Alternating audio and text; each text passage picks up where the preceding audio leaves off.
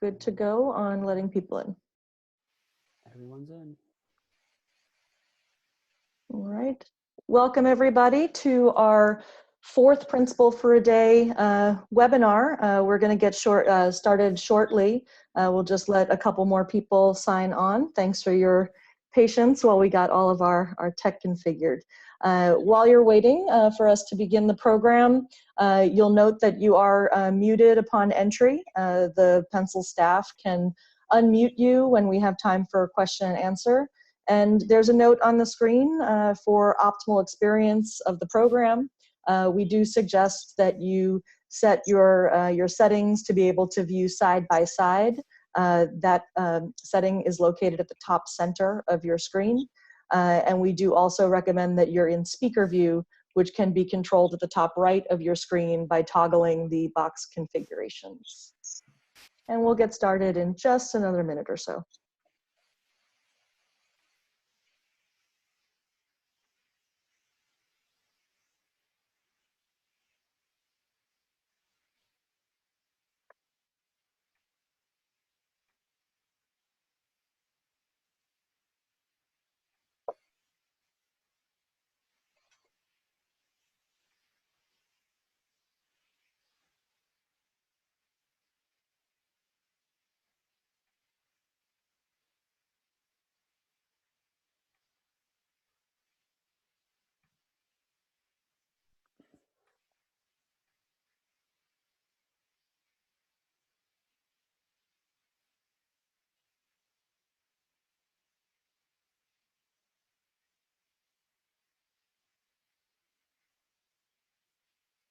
All right, I see we had a few more people join. So why don't we actually go ahead and get started. Again, I want to welcome everybody to our Principal for a Day webinar. My name is Jessica Bino. I'm the Vice President of Pencil, and we're just really thankful, incredibly grateful for the 4 principals that are joining us today to talk about the impact of recent events on their schools, their school community, and their students. The generosity of their time and insight into what they're going through right now is beyond in the Pencil community. We really appreciate it. And we hope that this is insightful and interesting and compelling for all of our participants today to really understand what is going on in schools and for our New York City students today.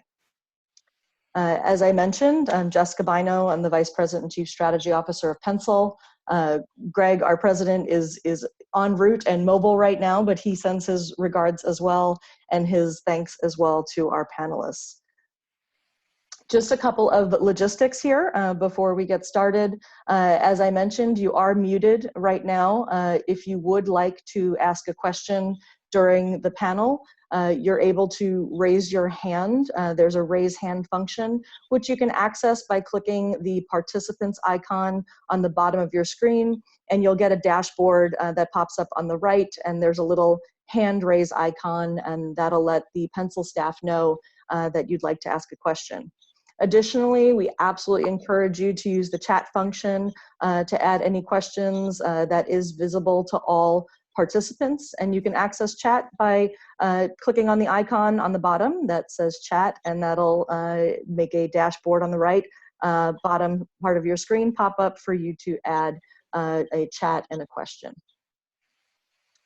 I think most of our participants know about Pencil, but we are a New York City nonprofit organization that is in our 25th year, and our mission is to connect students to success. And we do that by bringing together the business community, educators, and students in really immersive hands-on program that give young people the access to relationships, skills, and opportunities.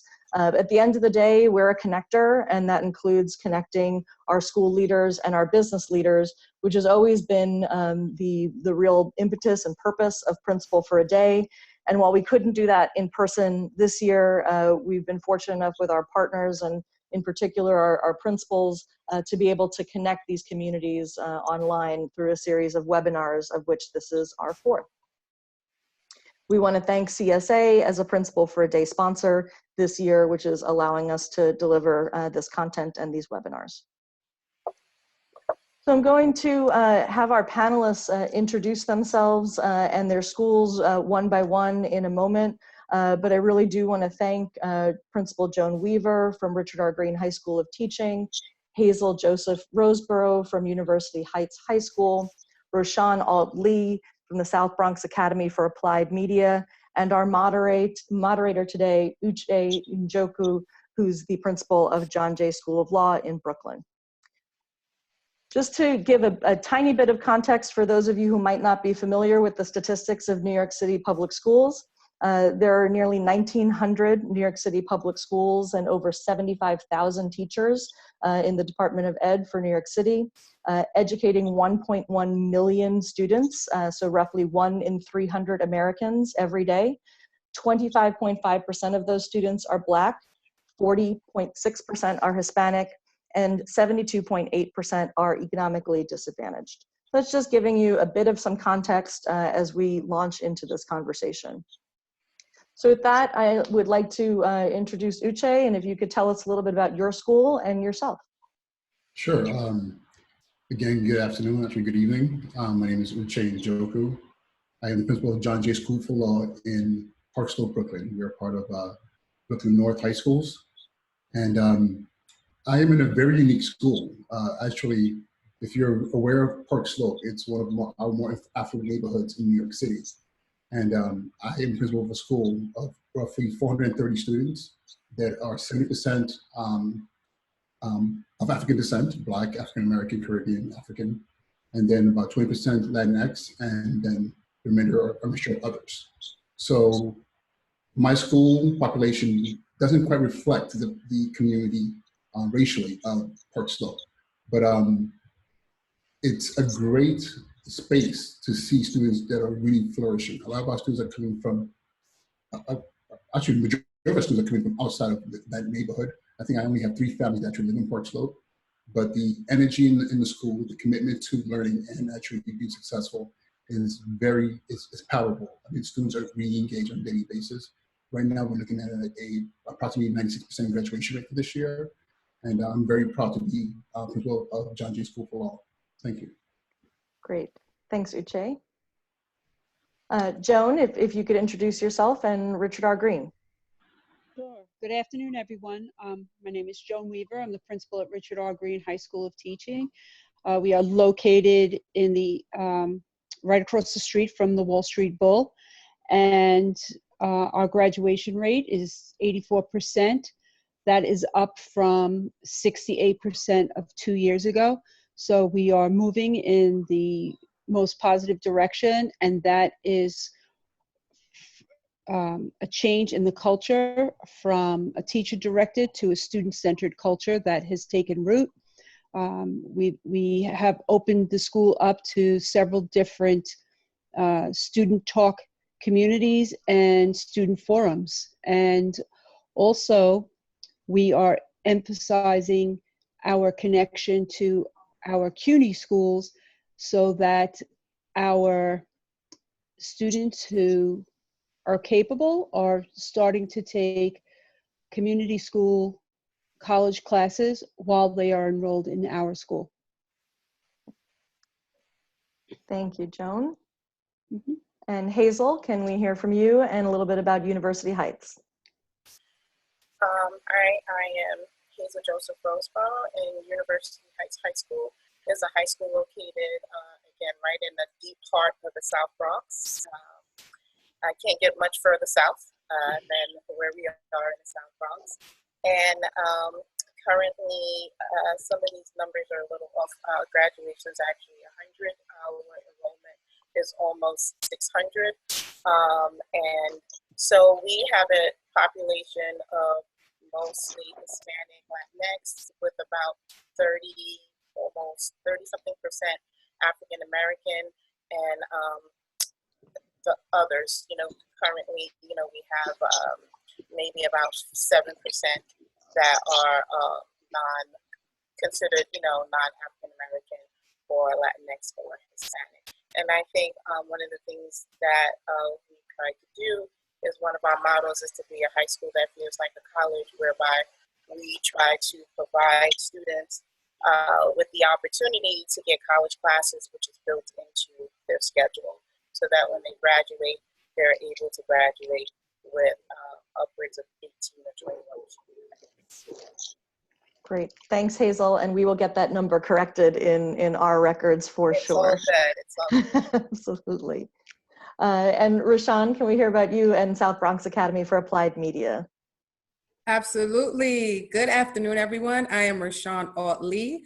I'm the founder and principal of we call South Bronx Academy for Applied Media, SBAM. We opened in 2005, so we are celebrating our 15th year this year, and we're very proud of that. We're having a huge virtual celebration on Monday. At SBAM, we believe that our scholars learn best when they set and monitor goals, when they engage in a productive struggle, and also when they reflect on their learning. Our motto is empowering scholars by enriching their minds and illuminating their voices.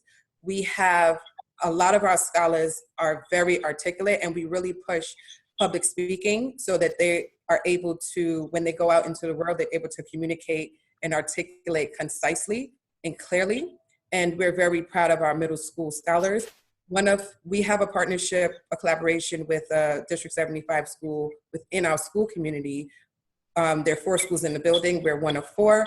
And with the District 75 school, we have a huge collaboration with an inclusion program. So that's some facts about our school. As you can see on the screen, a majority of our students are Hispanic Latinx, and we also have a 30% Black African American, 2% Asian population, and we actually, our enrollment is higher also. We will be at 250. Mm-hmm. Great. Thank you. So I'm going to stop sharing the PowerPoint and turn it right over to Uche, who's going to frame and moderate the conversation with his peers today. So take it away. Thank you. So when I was approached to moderate this conversation, this is after days of days of what's been going on within just America in general, as far as with the protests and the killing of George Floyd in Minneapolis, and just the emotions of it. And I accepted this because of the fact that I was literally engaging in conversation with my students, asking them trying to figure out what they're going through, not making an assumption that I knew. And the reason for this is because in 1992, I was a junior in high school, and I was living in Los Angeles, California, and I was coming out of football practice, and came out, me and a bunch of my teammates, we came out, and there were fires burning. You could see plumes of smoke in the distance. What we hadn't realized is that the police officers who were engaged in the beating of Rodney King had been found not guilty, and we were literally at the beginning of a riot that lasted for days. And people died, and it nearly destroyed my community. And after that I didn't realize how much of that experience impacted me, even till this day. And so in my community, we've been having a lot of conversations about what are our kids going through, what are they seeing, not making assumptions. And so I want to start there in this conversation with my colleagues and asking the 3 of you, Joan, Hazel, and Rashawn, like, what is happening within your community? What is the conversation that's ensuing with your students about the events that have transpired over the course of the past 2-3 weeks now?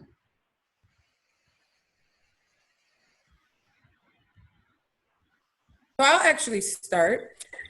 So I want to first recognize my social emotional learning team, our wellness team in the school. Before I could even say, let's convene and figure out a plan, they convened and then they proposed a plan to me, which was wonderful, as far as how we go about first creating the space for our scholars to have a voice in what is happening in the world around them. And the children and their parents were very grateful that we were able to provide that space. A lot of what these scholars are that surfaced, we used the platform Nearpod to actually gather their thoughts in addition to them speaking verbally about it. And a lot of what they talked about was, why does this keep happening? And while we don't have specific answers and we can't speak on behalf of the police force or individual people, what we decided to do was hear them out, listen to what the concerns were, and then talk about, lift the word racism, lift racial and social injustices, and really begin that conversation about what does it mean to have racial and social justice.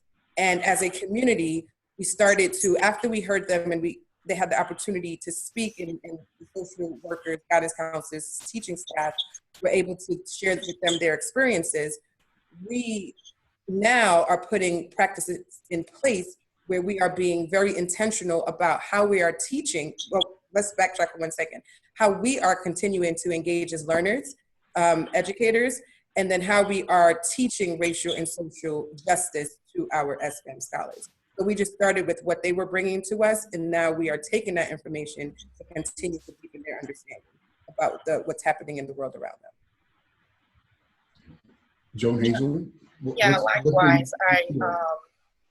You know, it's devastating. There's not another way to say it. I think our communities are just devastated by this because, unfortunately, it's not a one and done.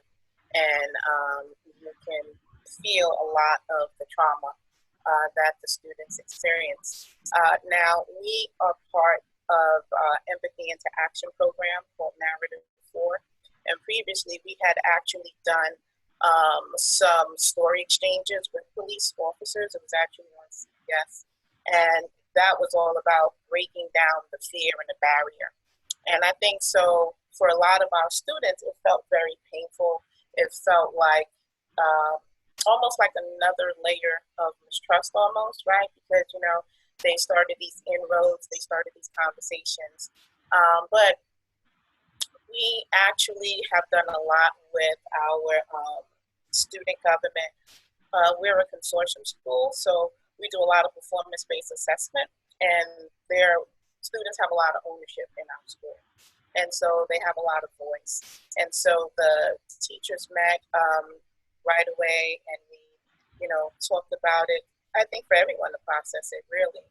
And then students really took up to, you know, create forums to speak about it. We have someone coming to speak to us in a few days who went to school with Emmett Smith. And so reaching out, thinking about how could we have our students not feel powerless? Because I think that's one of the worst things that we can leave them with, because that is a sense that they often feel. So for us, it was about trying to get them to realize that there are things that they can do, whether it's the local politicians, whether it's signing on to something. That was very important to us to be able to do. And then surveying them to figure out, you know, what are their needs, where do they want to go with that.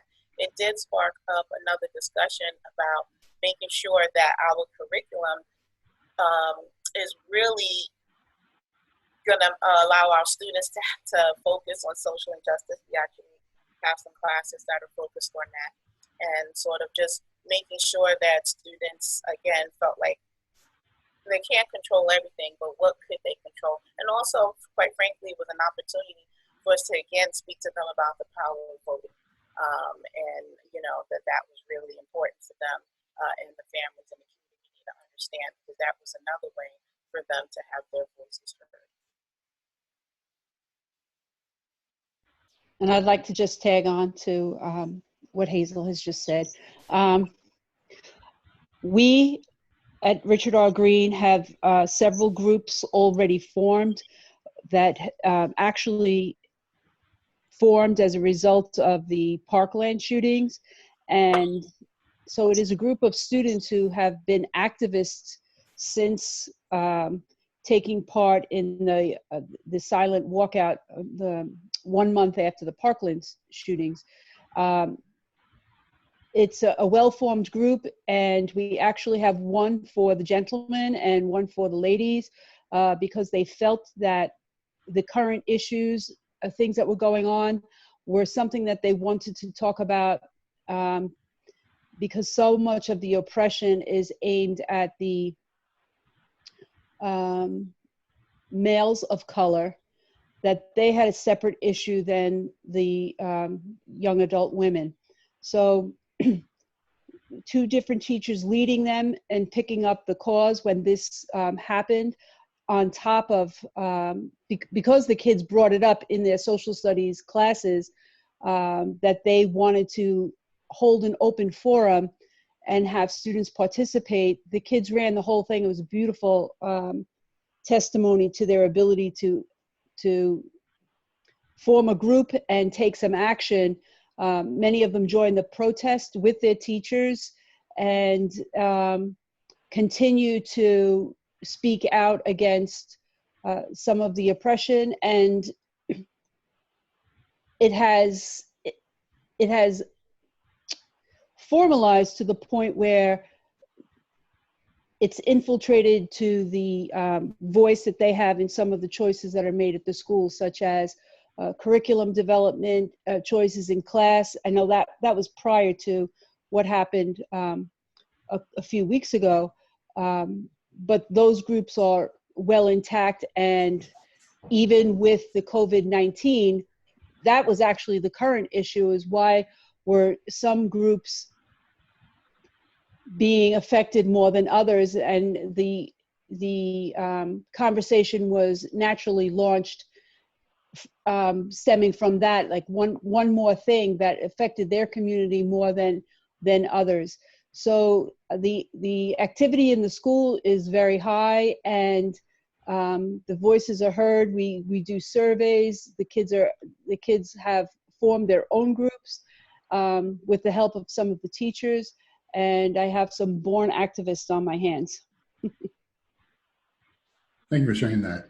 One of the my noticings in my conversation with my students, I held assemblies last week where I had it was just an open town hall with each of my grade levels, and in that space, I just wanted to hear from them. It wasn't formalized, or there wasn't even a talking prompt. It was like simply just what are you feeling, what are you going through? And from 9th, 10th, 11th, and 12th graders, a recurring theme was fear. Fear for their personal bodies, fear for their parents who still have to go to work, their siblings. And one thing that came up also in a personal conversation that I had was certain students who were seniors who are ready to go to college and looking to go out of state, who are now questioning whether or not they would be safe leaving, home to be somewhere else so far away. And that fear, and of course it's a product of definite trauma. Is that something that you've seen, and how have you personally, addressed that with your students?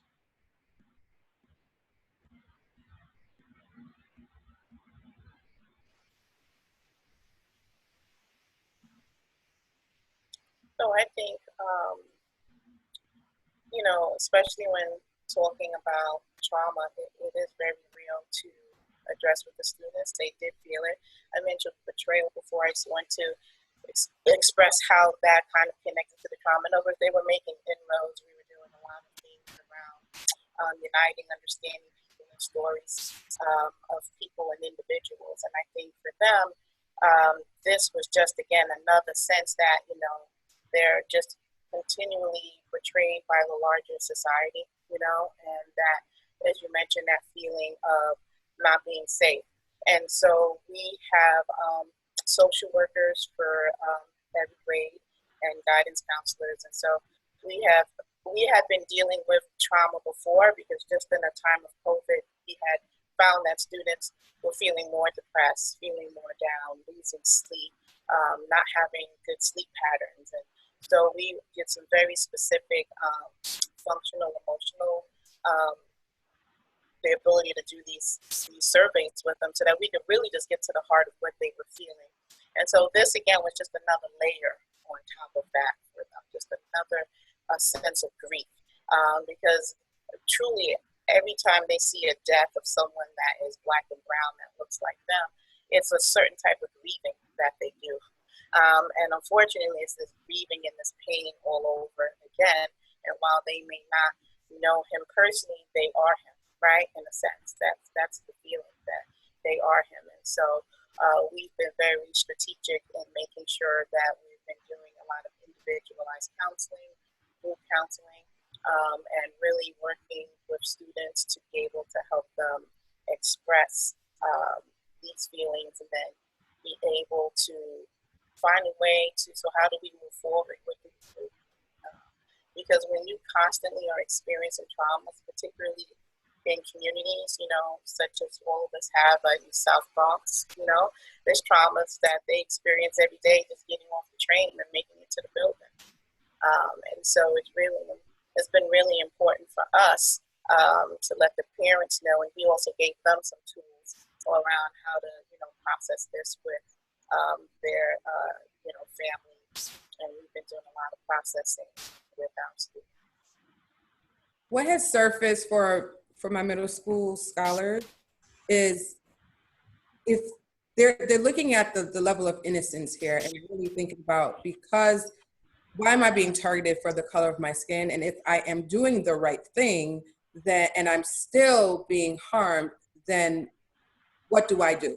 So we have been having a lot of conversations around that. And I know it was just so timely that CNN, in collaboration with PBS, had the program on last Saturday, addressing racism. And, I like the way they strategically had younger children asking the questions. And those were similar questions to what our SBAM scholars raised to us. So if I am not engaging, if I am not even, if I'm following the law, but I'm still getting targeted and I'm still being attacked, then what do I do? So those are a lot of the things, the conversation that we have been engaging our scholars. And, when we think about going towards the activism side now, we're thinking about how do we get our scholars at the table with government officials. So, like, for example, right now, I know Mayor de Blasio he sent out a email today talking about what the city is changing already. And I wonder, even at the middle school level, we've been talking about how do we get the children's voices to be a part of these conversations?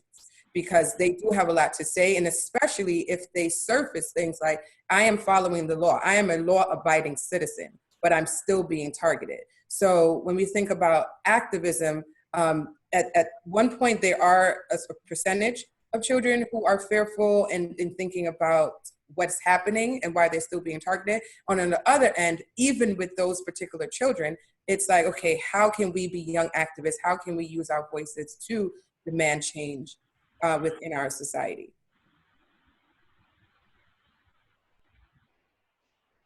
Joan? It's very unfortunate how all alone our students must feel at this point. First of all, to have their school taken away from them virtually overnight, and then to experience traumas in their home, living at home, and experiencing the ravaging effects of the COVID-19. We've experienced 6 deaths in our, not the faculty, but relatives, immediate family of students in our school. And then to have this happen just when the time was right of people being stuck in their houses for so long. What else are they supposed to do?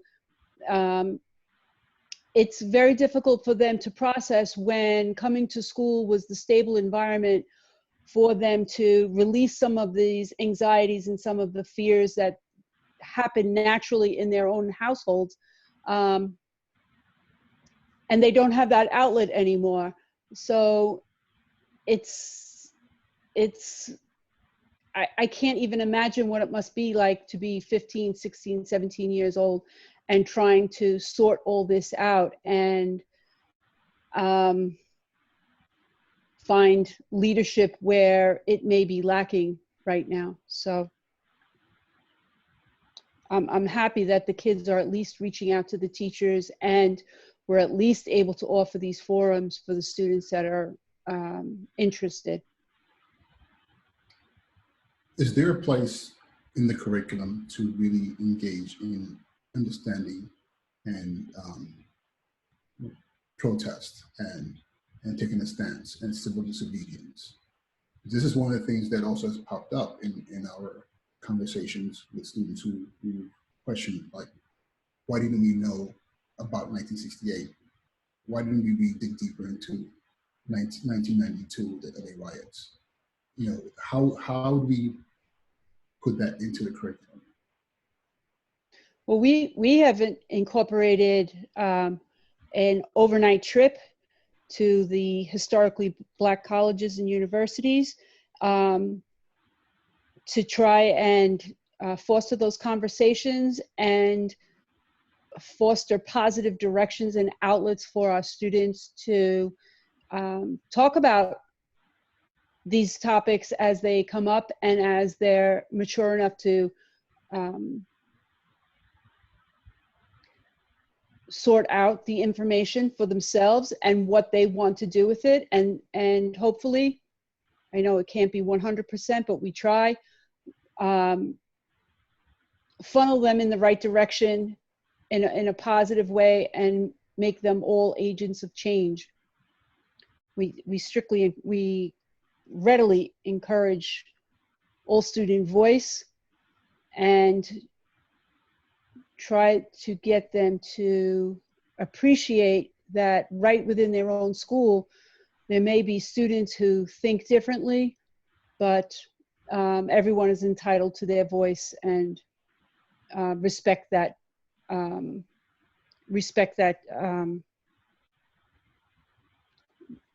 one another's platforms. So there is definitely a place in the curriculum. In the past several years, we've revamped and refined our ELA and social studies curriculum to really include culturally responsive and sustaining a CRSC focus. And now, even in light of what's happening, we are even going a little bit deeper when we look at across the board at all of the content areas, and thinking as we shift more at a profound level to project-based learning, to ensure that we include, like I mentioned before, racial and social justice matters into the curriculum. But even before we get to, we're at this space right now within our school community where before we even take that additional step, we are looking at ourselves first, because there's this assumption that the curriculum is designed and then the teacher should just go and they should just be charged with execution or implementation.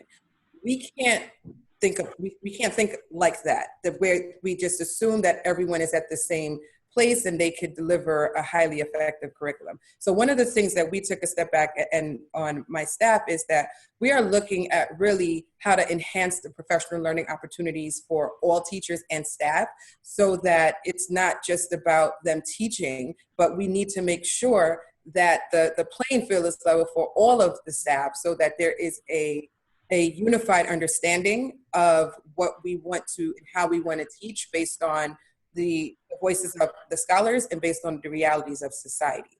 So we're doing more around focus, a higher level of focus on professional learning book studies to enhance the intellectual acumen of those who are on the ground, and so we can have an understanding as a collective.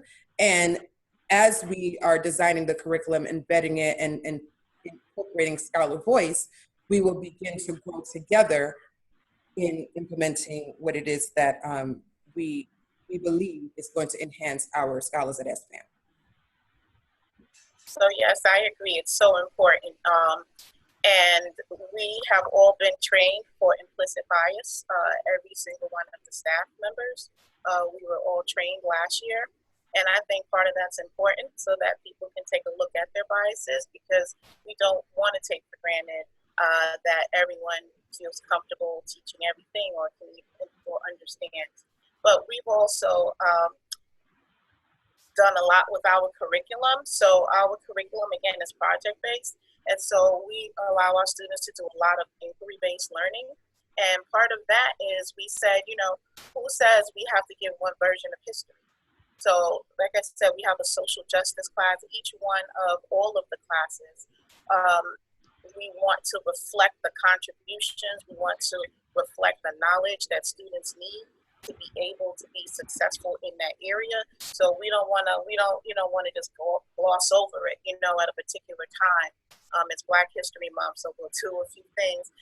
In our curriculum, no, we make sure that all of our students understand. And I think part of it also, which is sometimes a challenge, and I will say it quite frankly, is also our staff is quite diverse. And so our students can see themselves reflected back at themselves. And I think part of that really serves as a motivation for them to be able to do. And again, we really try to focus on this whole idea of social justice. So what do students need to know? What do they express? How do they feel? And what is our role, you know, in allowing our students, again, we want them, we tell them that they can be anything and do anything. But when they get other messages, right, we tell them they could be an engineer, a doctor, anything that they want to be, but they get different messages from society. So what we do is show them how to combat those messages, you know, and how to be able to say that, you know, I don't accept that, or that's not my truth. And also to help them take stock, because of inquiry, we find oftentimes students will pull out a particular area and say, well, you know, I really didn't understand about that civil rights era. We had a lot of students now, we do performance-based assessment tasks, and a lot of students are saying, I want to dig into this a little bit deeper. I want to dig into some of these other things. And our curriculum allows them that flexibility to have some depth when necessary to be able to do it. And also, lastly, just teaching them the power of their voice. I think the thing about activism, the thing about really allowing students to not just be passionate, but to understand their worth, is to really give them a voice. And like I said, we do a lot of story exchanges with our students to help them process and, you know, process how they're feeling and experiences. And I think that having that be part of our curriculum for 4 years has really allowed our students to feel as if, you know, they have tools that they can use to connect to the larger society as a result. It is a statistical fact that nationwide, I think the last data that I came across was about 84% of teachers nationwide are white. And some of us are fortunate enough to be in a school campus that is quite diverse, so kids can see themselves in the teachers, and they can see society projected within their school. But there are also schools where, you know, great teachers, talented, committed, but the racial balance is not quite there. You know, if my school is in that space, you know, I have phenomenal teachers, but I have teachers who also are being very bold and saying, I need help. There are a lot of things here as far as along the lines of how I engage with students in certain topics that I might not feel comfortable because I don't know enough of. You know, is this something that's come up within your schools? And how do you engage and support teachers that might not necessarily have all the tools that they need to be able to really engage in culturally responsible classrooms and topics of that nature? Yes, this is so, we literally, myself and my AP literally spoke about this today as we continue to move in this journey forward with culturally responsive and sustainable education. And one of the ways from a researcher's mindset is, you know, we've heard, especially last week, we've had on June 4th, part of our professional learning, several teachers have voiced that, you know, whether it be to myself or through the chat, where do they go if they need assistance? So one of the things that we are putting together is actually a culture responsive survey. So we can get some intel from each staff member. Where do you, along this spectrum, where do you see yourself? And also in terms of specifying what are your specific needs, if you're able to articulate that. What we're also doing, because we're going to be starting a professional book study around this particular topic with the staff, we're listing several books that we will ask whether or not the staff has read those particular books. And what we're being conscious of as well is also making sure that we differentiate our professional learning for teachers, because some teachers may be far along the continuum than others as far as CRSC is concerned, and others may be in the infancy stage. So we want to be able to leverage all of the teachers and ensure that where they are, so that we can also make it, it's not that leadership is facilitating these sessions. It is also that the teachers are going to help support our collective learning on this particular topic.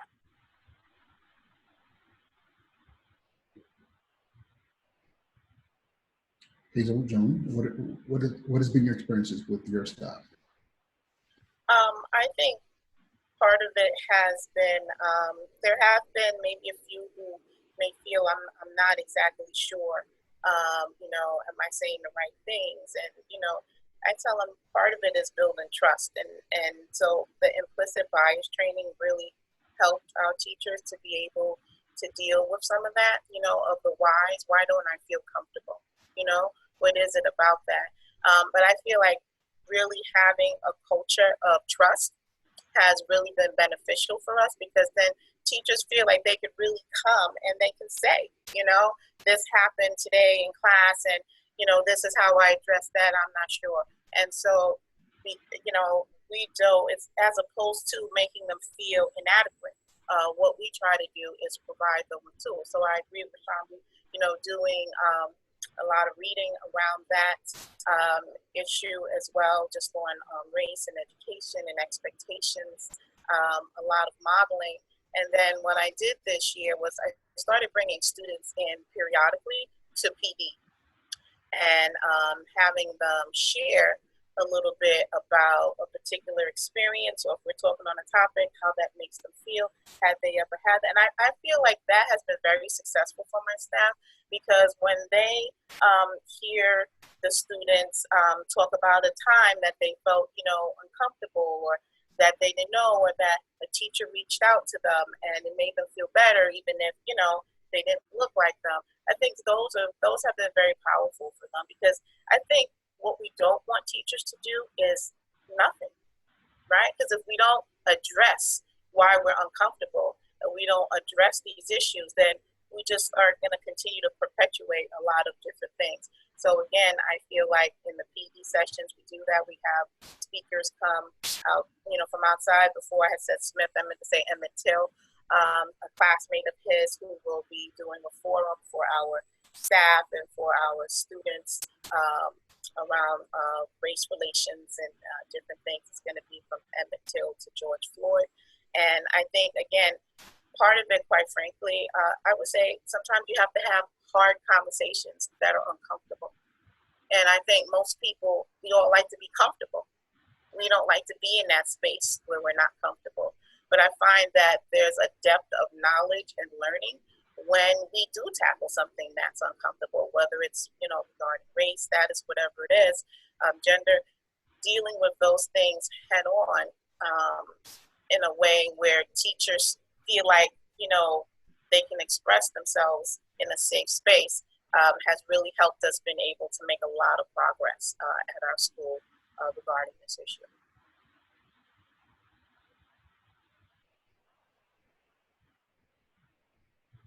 Have either of you had this come up as far as the relationship between teachers?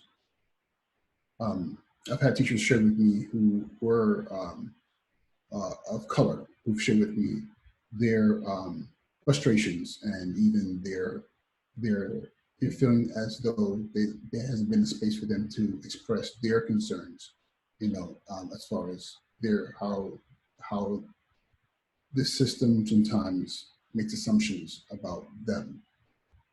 So for example, I had a teacher who shared that in the number of years that they worked as a teacher with their white colleagues, that they have never quite felt that their contributions were respected, or they felt that they had the space to actually be able to share or be taken seriously. And it was something that took me by surprise, I'll be honest with you, but something that we actually ended up addressing as a community. Is this something that has happened within your communities? I have had a equity, we call them equity allies. Every school in Manhattan, in the Manhattan districts, has an equity ally, and he runs the roundtable discussion group for our men of color in our school. And he has shared his high school experience with the students and how he could have made more of his high school experience and how it caught up with him later on.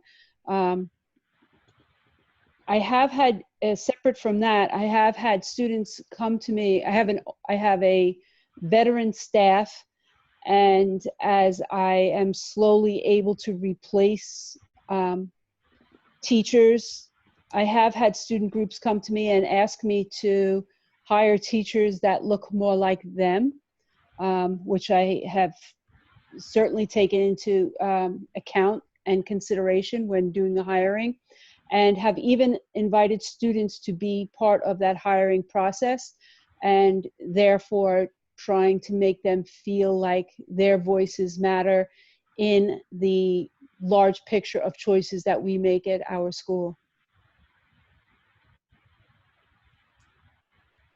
Thank you. Sean, Hazel? Yes, the question was specifically about staff members, correct? Yes. Okay, I have not had those. Okay. Okay. So actually, some years ago, I actually did. I had a group of teachers who felt as if the discomfort they felt was that they thought the students could do more, and they felt that maybe teachers who were not non-minority teachers didn't feel like a particular group or students could do it. And we had to deal with that. We had to deal with what does that mean? And then in return, those teachers have felt not valued, right? Not heard, not valued, because, is there space for me to say that I disagree? When you work collaboratively with a team, who gets to make, these decisions? And so we, this was quite some years ago, but we addressed it head on, because that is a real feeling.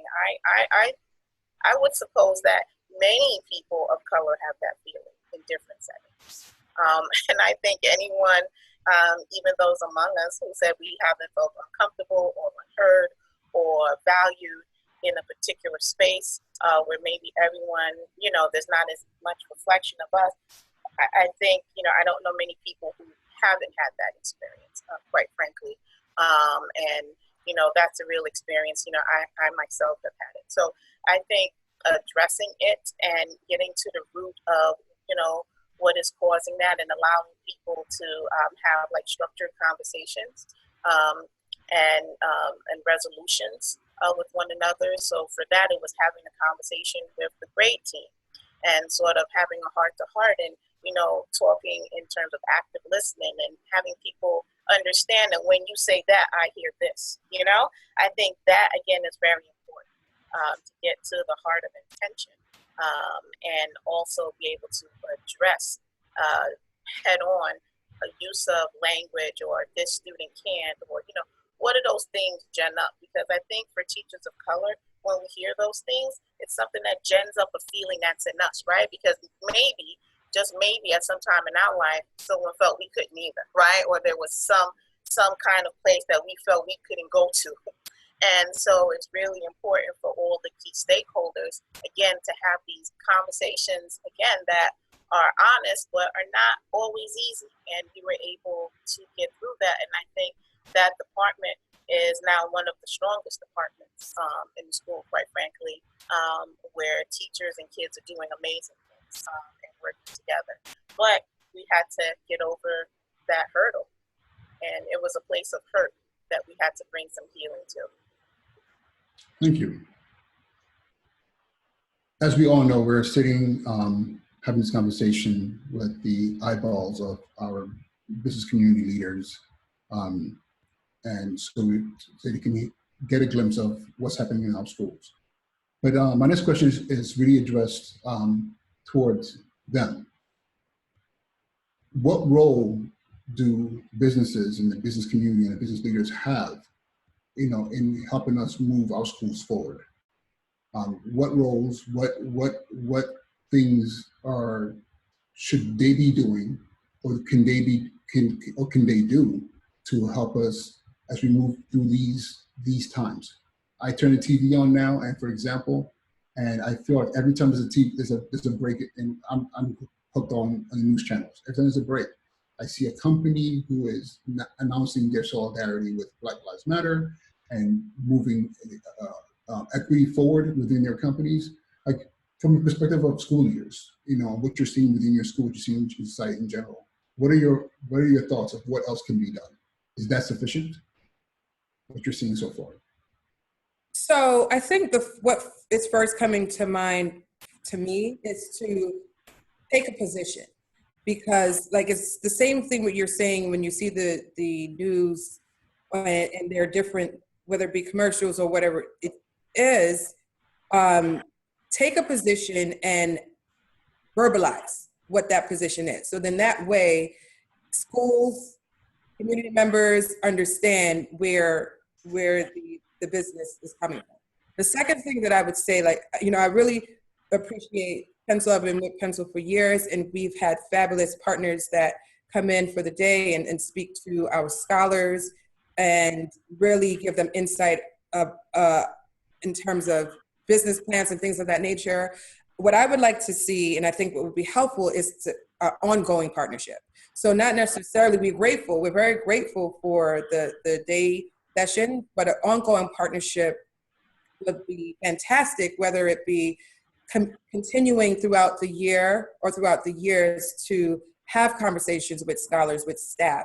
And then also if there are opportunities for internships or things of that nature, so that children within our spaces can actually, go to those particular businesses or locations, or even virtually, but there's this collaboration that is ongoing. Of course, funding is another stream as well, but it would, to me, and I'm making up this term right now, it's intentional funding. So if it's that we are looking at our scholar government, for example, and they are youth activists, they have a social action project that they're working on, but they may need funding of some sorts to get it off the ground.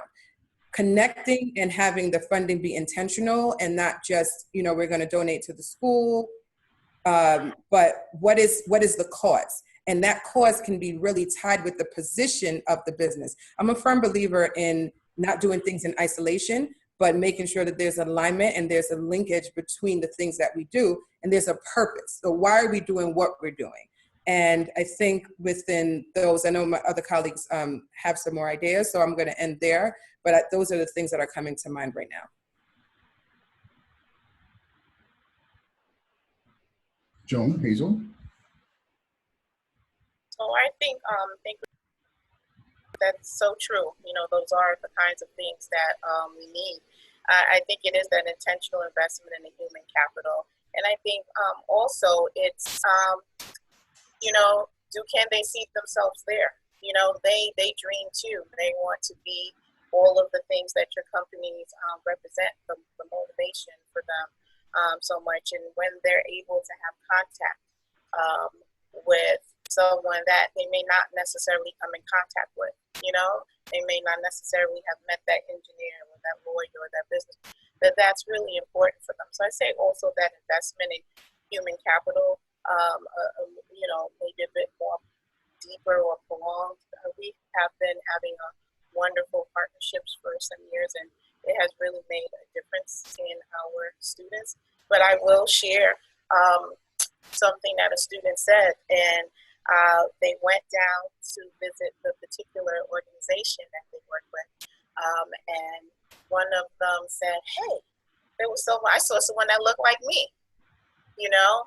And I kind of, asked them, what do you mean? I just wanted to make sure they were telling me what I thought they were telling me. And that was a motivator. Even if it was one or two for them, they were like, "Oh man, I was seen." So not only were they there and they saw and were exposed to this company, but they also saw that there was some diversity reflected in the company. So I think, that's really important, because if this is a social contract that we have, this is something that we greatly believe in, and we're taking a stand for it, then, I think it's good to see that it's really meant in different ways. So we see it visually. There's the impact to the investment in schools in terms of human capital or resources. And I think just, again, continuing to just share with them, because I think it makes such a difference. Every time my students has been in contact with any one of our pencil partners, it has made such a difference to them. And so I think to keep making, I know it's hard, and, it's really a lot of time and sacrifice that's appreciated to be able to, have a mentor group or, work with schools and, come weekly or bi-weekly or whatever. But it's a very worthwhile investment. And I would just say we want to go deeper with it, and we want to the kids always benefit from that, but absolutely benefit from also seeing that the companies are reflective of society as well.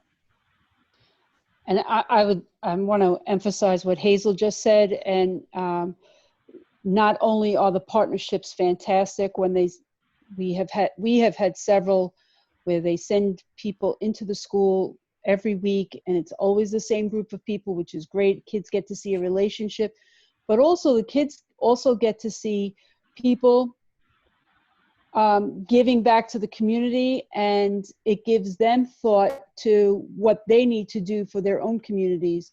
They benefit greatly from those personal relationships and the fact that they are a stable relationship.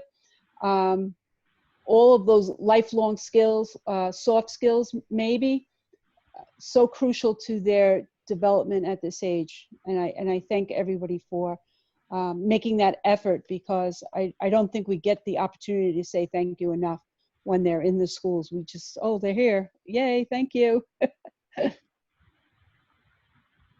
I also agree with the sentiments of all three of my colleagues. I've always questioned why are so many young boys in the inner city, why do so many of them want to be basketball players or football players or baseball players? It's like there has to be a reason why that many have those dreams. And it's because they can turn the TV on and for hours watch their favorite basketball player or their favorite baseball player or their favorite whoever, actor or musician. But how many hours do they get to be around corporate executives or doctors and lawyers and people in those fields? And often it's very little. If they're fortunate, to have a program like Principal for a Day, maybe, a few times a year, they might get to be in those spaces with people who are doing things that, in all reality, is out of the realm of what they think is possible. And I want to reemphasize what my colleagues have said, that time commitment is very, very important. I think that if more companies made long-term investment of time, following a third grade class all the way through till they're in middle school, following a ninth grade class and seeing and being there and engaging and having the students see and opening the doors to internships and spaces where it's not just a one-time deal, but it's to the point where it's a first name basis. I think we'll have more kids who will now say, you know what, when I grow up, I want to be, junior vice president responsible for research and development. I want to be a project manager because these people have come around me and I've gotten to know them, and and I see the possibilities. So that time commitment is something that I truly believe, and, as well as my colleagues, that is very important. At this point in time, it's a little past 5, and please, if the timeout permits, if there's any questions, I think we're open to answer any questions if time permits. But if not, I want to thank my colleagues. Thank you so much for being open and for speaking, your truth about the work that we do. Thank you. Welcome. Thank you. Thank you all. All right, I don't see any questions, Uche. So I definitely want to thank you for moderating and stepping in when we didn't think it was appropriate for us to facilitate this. We really wanted this to be a peer conversation. So thank you so much for doing that. And thank you, Hazel, Joan, and Roshan, to give us that insight. And again, the generosity of the insight for our community is incredibly appreciated. For those of you that joined us today, the conversation always continues online. We'll be posting a bunch of insights from today's conversation on LinkedIn and Instagram, so please make sure that you're following us and continue that conversation. And if anything sparked inspiration today, we're always here to connect you with these principals as well as other schools. So thank you again on behalf of the entire Pencil team and the Pencil board members, who I know we had a bunch join today. And again, just the beginning of a lot of work ahead of all of us. So thank you.